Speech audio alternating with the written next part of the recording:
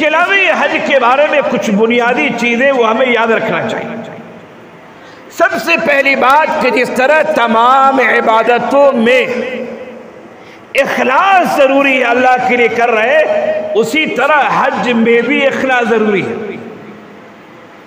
اگر اخلاص نہیں ہے، آپ نے اللہ کے لیے حج نہیں کیا ہے، تو پھر آپ کا سفر، آپ کا پیسہ، سب کچھ بیکار ہو گیا، سب کچھ خراب ہو گیا۔ بعض لوگ حج کرتے ہیں کہ وہ حاجی کہلائیں۔ اب ہم لوگوں کے نام ایسے ہیں کہ لوگ جب نام لیتے ہیں مولانا مفتی آگے پیچھے کچھ نہ کچھ لگا دیتے ہیں۔ اب بعض بیچارے ایسے جن کے آگے پیچھے کچھ بھی نہیں ہے تو ان کو شوق ہوتا ہے کہ ہمیں لوگ حاجی صاحب یا الحاج کہیں۔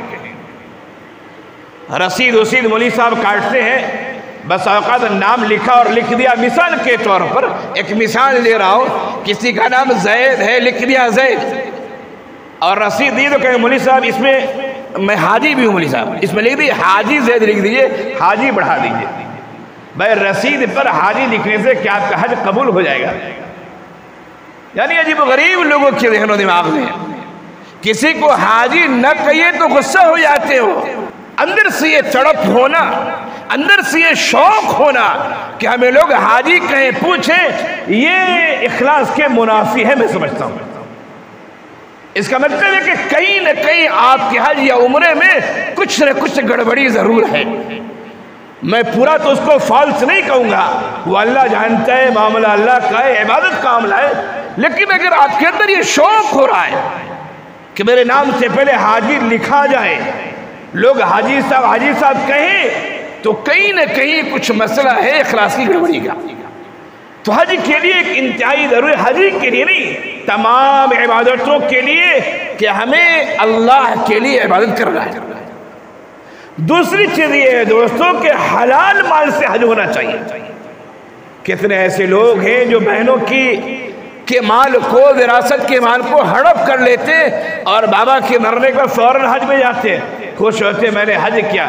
ارے بھائی آپ نے جس مال سے حج کیا ہے وہ مال آپ کا تھا ہی نہیں، اس میں آپ کا حصہ تھا، اس میں آپ کے بھائیوں کا مال بھی تھا، آپ کے بہنوں کا مال بھی تھا۔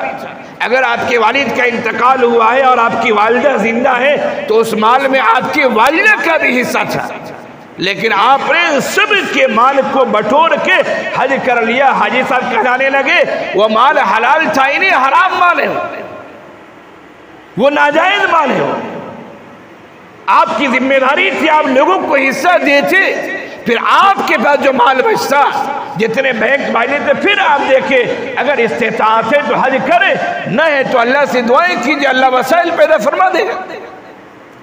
تو مال حلال ہونا ضروری ہے۔